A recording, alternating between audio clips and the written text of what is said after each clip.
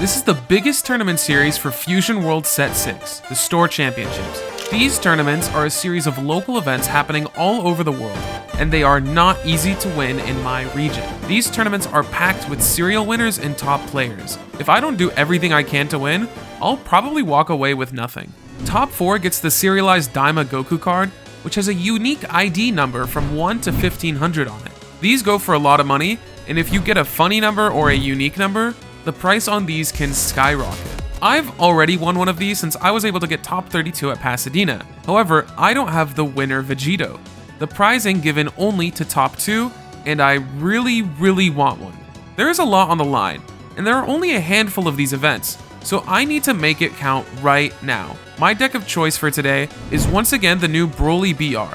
I talked about Broly in length in my last video, but for those who need a recap, this deck floods the board with 8-cost Broly cards super quickly, by evolving them on top of smaller Brolys. However, along with the usual threats, there are 2 new starter decks that just came out. These new decks are both extremely powerful, so I'm sure that they're going to be popular today. Shallot is a black leader that doesn't draw on its front side, but in exchange is always able to tap 4 and play a 6-cost battle card with 10k combo. The starter deck is full of cards that meet this condition, making them very capable of flooding the board with difficult to remove 6-cost cards really quickly. Giblet is a green leader that is able to kill an energy and play 2 active energy from the drop, as long as he doesn't ramp too much. This is a low-to-the-ground aggro deck that can play multiple large battle cards every turn and build massive hands. While these decks are both very strong, I think that I have a good game plan into both of them, and I should be able to fight off the swarm of new starter deck players. My deck list is the same as last time, where I borrowed your boy Vic's topping Broly list. As always, deck list is in the description, and let's get into the video. My first round is against a Janemba, something you don't see often. I had a feeling I was going to be fine logically, but to be honest, I have never tested this matchup before, and didn't know what to expect. I win the dice roll and choose first because it's basically always best to go first as Broly. We both pass our first turns, and I play Planet Vamp on my second turn.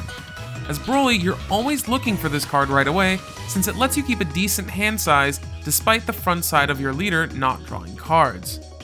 I actually forgot to take a life after passing, and my opponent said that I couldn't take the life afterwards as the timing had passed, but the effect of Broly is mandatory.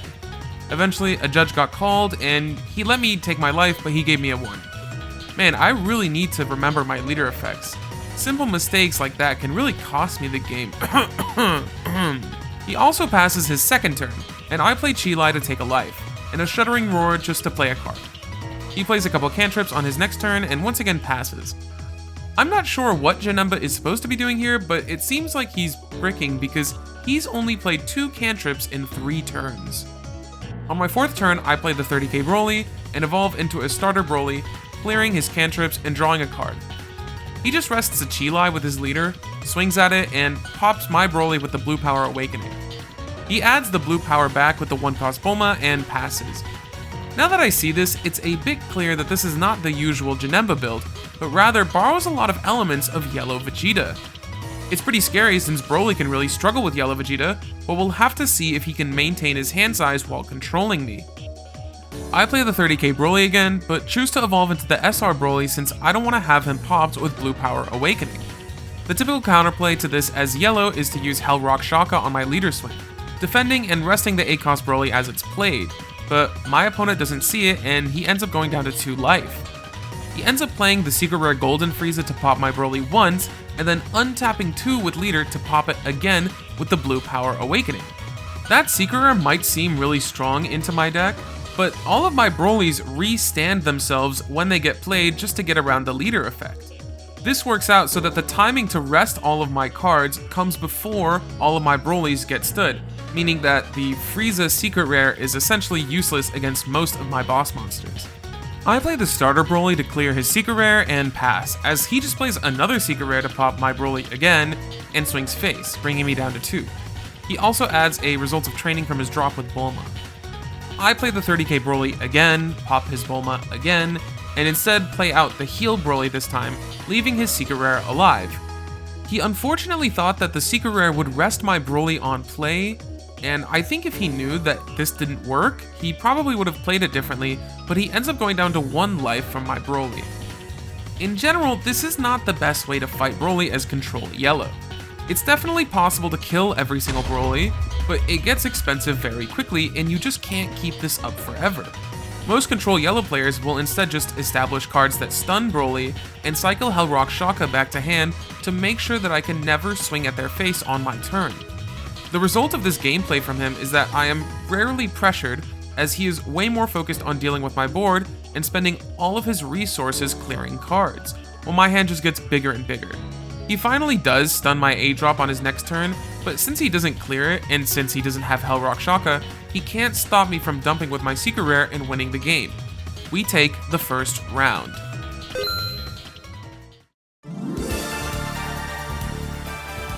My round 2 is against Android 17. I don't know if this is a thing everywhere, but there are a ton of Android players here in my region, and it's impossible to play a tournament without fighting at least 1 or 2 of them. I lose the dice roll and my opponent chooses to go first. I talked about it in my last video, but this matchup is not very interesting, as most Android players have basically no way to stop me from playing fast 8-cost cards and killing them after only 5 or 6 turns. I actually skipped this matchup last time, but I do want to share something interesting that happens in this game, as it comes up somewhat often as a Broly player. My opponent tries to starve me out of Awakening.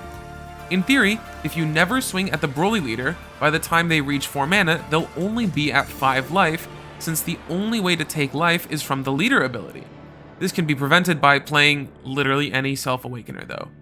My opponent ends up actually building a pretty scary board very quickly, but doesn't swing with any of them and puts on very little pressure, as he thought it would have been better for him to stall my 8 costs an additional turn.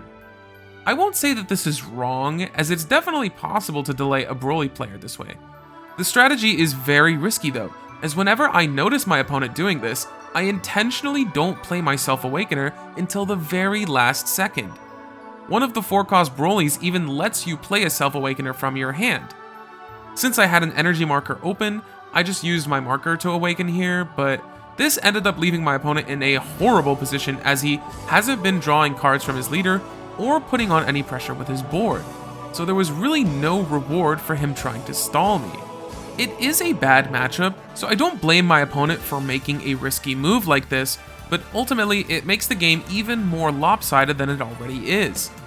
The worst part about this is that since I have a Chilai on my board, he has no way of clearing my Broly, since he's at exactly 8 mana. He starts swinging at my Broly to try and KO it, but I defend, and I just bring him down to 2 and dump with my Secret Rare on the next turn. We quickly win our second game and move on to the third round.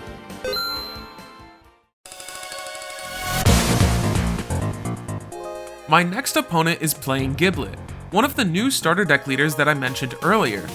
My opponent is also a very strong green player and a green Vegeta specialist. He has a history of high placements and even got second at a regional back in Topku format. Giblet makes perfect sense for him as he is a specialist when it comes to wide aggro decks. Giblet's leader ability lets him KO an energy, and if he's at 2 energy or less, he can add 2 battle cards from his drop to his energy in active mode. This is similar to Janemba's leader effect, where he's essentially just able to untap 2 energy on his own turn. My game plan here is to actually prioritize my own removal, Shuddering Roar instead of Planet Vampa. Planet Vampa is strong, but is most effective in drawn-out games. Giblet is not looking to play the game for very long, so it ends up being better to try and slow down his board as much as possible. I end up winning the dice roll with an insane Trick Shot 12, and choose to go first. I pass my first turn as he uses his marker right away to play Hit and starts Self-Awakening. I clear his hit with Shuddering Roar and pass. He plays Raditz to Self-Awaken and passes again. I use a second Shuddering Roar to pop his Raditz and play out a Chilai. He awakens, ramps to 4 energy with his leader skill, and plays the 4-cost Broly to pop my Chilai and put on some pressure. I unfortunately don't see any 8-cost Brolys at this point, but since I went down to 2 life, I can still play my Namek Goku and apply some pressure to his board. I also play another Chilai to protect my Namek Goku and pass. He swings face with the 4-cost Chalet, restands 2 with his leader, and passes with 2 mana open. I'm taking most of these hits since I want to keep hand advantage and eventually heal back some life, but I cannot find a Broly for the life of me. I end up charging to 5 so that I can search for a Broly with Paragus and use an instant Kamehameha to go back down to 4. I can finally play the SR Broly and heal 1 life, as he goes down to 2 from my 30k Broly and SR Broly swings, despite having a huge hand. The fact that he went down to 2 life while I have my Double Striker in play seems to indicate that he's not at all scared of a dump from me. Considering the fact that he has 2 energy open as well, it seems way too obvious to me that he's trying to get me to dump. What confirms this for me is when I try to get a reaction from him and say something. Oh, you fucking have it. Yeah, obviously you have it. On a side note, I think that speech play is massively underrated in TCGs. If you aren't sure about what your opponent has in their hand, it's not illegal to ask them questions and just check their reaction. If it's good enough for poker players, it's good enough for TCGs. Speech play aside, it's plenty obvious that he has a strong defensive hand, meaning that my best option is to swing 50k to his face and pass. He swings 30 at my face, and the first thing I do is use an instant Kamehameha to defend and go down to 3 mana. A lot of Giblet's effects require them to have less life than their opponent. Broly has the ability to manipulate his own mana so that you can turn off these effects on your opponent's turn. Fortunately for me, he isn't able to double strike, and starts trying to split me with single strikes.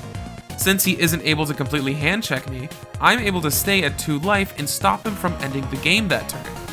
After he passes, I'm able to swing with Namek and play out the 9-cost Double Striker to finish the game. That was a close game, as I was getting pretty low on cards, and if he was able to Double Striker me, I probably wouldn't have been able to defend. Luckily, I was able to pull through and move on to the next round.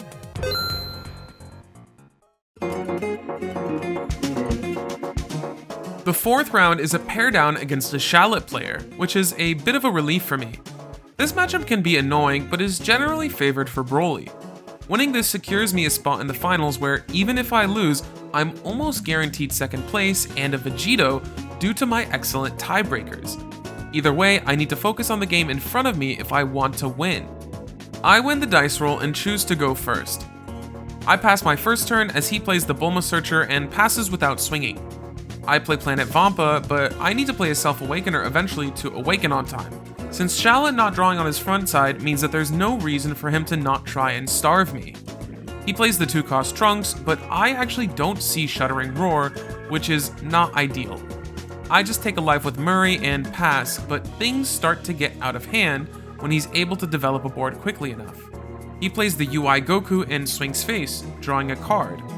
The UI Goku is probably the most important card in Shallot, as left unattended, it has the potential to draw 1 to 2 cards every turn, more than making up for the lack of draws on the front side. I need to deal with this quickly, but the 2-cost Trunks is in my way. If I can just get a Broly to stick though, I can clear away the rest of his board with my 9-cost and some kind of 2-cost removal. I swing with my leader, Awaken, and play my 30k Broly and apply some pressure to his UI, but right here I realize that I made a massive mistake. If you play Broly, you might have noticed it already, but for those of you who don't know, your evolve is tied to your leader swing. I absent-mindedly swung with my leader at the start and completely threw away my entire turn. Now, instead of playing a Broly and setting myself up to win, I have done literally nothing with a crucial turn. I was already a little bit behind, but this puts me way behind. Regardless, it's too late to complain. I have to just move forward and try to salvage this game. If things go well for me in the next couple turns, I might be able to pull a win somehow. He swings with his UI Goku to draw 2, and then plays Gohan, which lets him clear my 30k Broly and get some additional pressure. On my next turn, I play Chi-Lai and the heal Broly to get some pressure myself, heal, and prevent the 6-cost Gogeta from stopping my 9-cost. I apply a bit of pressure to his board, but he defends everything. The recurring value from his UI Goku is starting to seriously stack up, and this game is looking really bad. On his turn, he swings with everything and plays the 6-cost Gogeta. I end up going down to 1 life from the pressure, but manage to save my SR Broly. I play full power into the 9-cost Secret Rare and clear his board, but I make another mistake, as I should have tried to go for game here. I took too much damage on that previous turn and was in range of any double striker.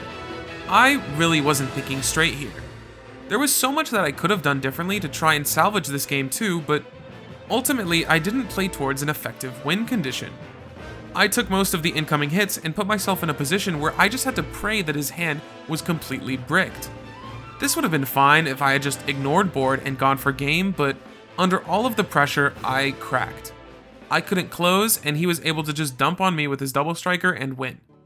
My opponent played this extremely well, and it was clear that he had a solid game plan to fight against Broly, but I lost. And with that loss, the tournament is over. Such a frustrating way to go out. I had a pit in my stomach because I knew that I had the tournament in the palm of my hand and I threw it away. Because that was a pair down, the tournament ended right then and there, leaving me at 3rd place. 3rd place isn't bad, but if I had won that game, I would have been guaranteed the Vegito, even if I lost in the last round. In the past, this kind of loss probably would have affected me a lot more, but I ended up getting over it somewhat quickly. Not because I managed to get a cereal for 3rd place or anything like that, but because I was still surrounded by my friends at the end. We chatted about our runs and shared our pulls with each other. We all drove to Denny's afterwards and had a late night dinner, and I had forgotten all about my shitty fuck up by then. I think it's important to remember, especially in moments like this, that the most important part about these events is not the prizing or the game, but the community that we play with. But seriously, I need that Vegeta. This tournament was definitely interesting. And if you want to see some more tournament runs where I don't colossally throw away the whole thing, check out my channel, where I post my tournament runs weekly-ish. These videos take a ton of time, so I would appreciate if you liked and subscribed. And I'll see you for the last store championship.